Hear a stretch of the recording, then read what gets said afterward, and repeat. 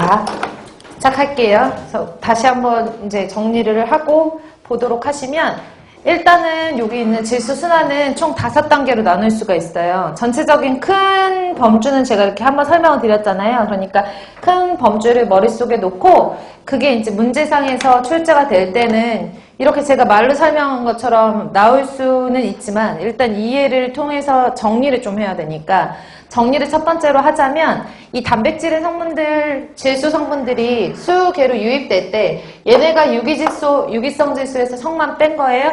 유기질소 형태에서 이런 단백질도 유기물이잖아요. 그쵸? 어쨌든 보면은 얘네도 유기물의 형태니까 유기질소의 형태거든요. 이 두 개를 다 합해서. 그래서 이런 유기질소의 형태가 암모니아성 질소의 암모니아로 변하는 과정이 있어요. 왜냐하면 암모니아성 질소는 수계에서 두 가지 형태로 존재할 수 있다. 암모늄 이온 또는 분자 상태의 암모니아로 존재할 수 있다라고 했으니까 이렇게 두 개로 형성하는 이 과정을 뭐라고 그러냐면 암모니아 형성 과정이라고 하고 영어로는 암모니피케이션이라고 얘기를 하거든요. 그래서 이 과정을 암모니아 형성 과정이라고 한다라고 보시면 돼요. 암모니아 형성 과정. 암모니피케이션이라고 얘기를 하고 이 앞에서도 말씀드렸다시피 암모니아성 질소가 아질산성 질소, 질산성 질소를 거쳐가지고 질산성 질소까지 이렇게 산소를 소비하면서 이때 관여하는 나이트로소모나스, 나이트로박터 이런 것들을 질산화박테리아라고 하거든요. 질산화박테리아에 의해서 질산성 질소를 형성하는 이 과정을 무슨 과정? 질산화 과정, 나이트리피케이션이라고 얘기를 하죠. 그래서 이 과정을 질산화 과정이라고 얘기를 하고 질산화가 완벽하게 질산성 질소까지 질산화가 된 상태에서 산소가 부족하면 환원 반응이 일어난다고 했고 질산성 질소가 아질산성 질소로 아질산성 질소가 N2나 N2 가스 형태로 물 밖으로 튀어나가는 과정이 우리가 기체가 나간다 그러면 탈기, 그쵸? 산소가 나간다 그러면 탈산소, 질소가 나간다 그러면 탈질소. 그래서 이거 탈질소화, 줄여서 탈질화 반응이라고 얘기를 하고 이 과정을 우리가 탈질화 과정이라고 해서 옆에다 쓸게요.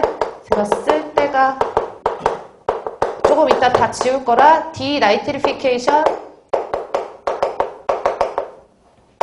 이라고 하는 탈질화 과정이라고 한다라고 되어 있는 거죠. 그래서 여기 보시면은 탈질화 해가지고 질소나 N2 가스가 물 밖으로 나가서 대기 중에 질소 형태로 존재를 해요. 근데 대기 중에 있는 것들을 질소 고정 세균에 의해서 뿌리옥박테리아 같은 리조비움에 의해서 우리가 식물체 내로 고정될 수 있게, 원래 질소는 고정되는 물질이 아닌데 식물체 내로 들어가서 딱 고정할 수 있게끔 도와주는 거잖아요. 그래서 질소를 고정하는 과정이다라고 해서 이거를 질소 고정 과정이라고 얘기를 하는 거예요. 나이트로겐, 질소를 나이트로겐이라고 하고 픽세이션이라고 얘기를 하거든요. 그래서 여기는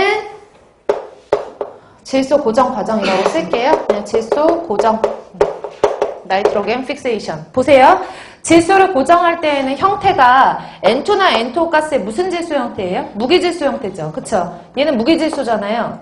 유기물 안에 포함되어 있는 그런 질소를 우리가 유기성 질소, 단백질 뭐 이런 형태로 존재하는 것들을 유기성 질소라고 하고 얘네들은 다 무기질소 말하는 거거든요. 맞죠? 얘네들 다 무기질소예요.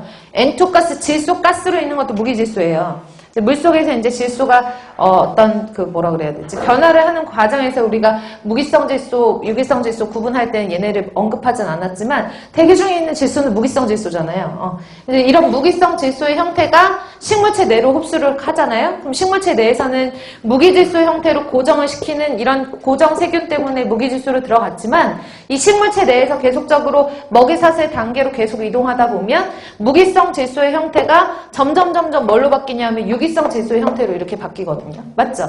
흡수를 할 수 없는 무기성 질소의 형태가 동물들이 이렇게 물속에서 변화를 할 수 있는 유기질소의 형태로 이렇게 변하는 과정을 질소 동화작용이라고 얘기를 해요. 그래서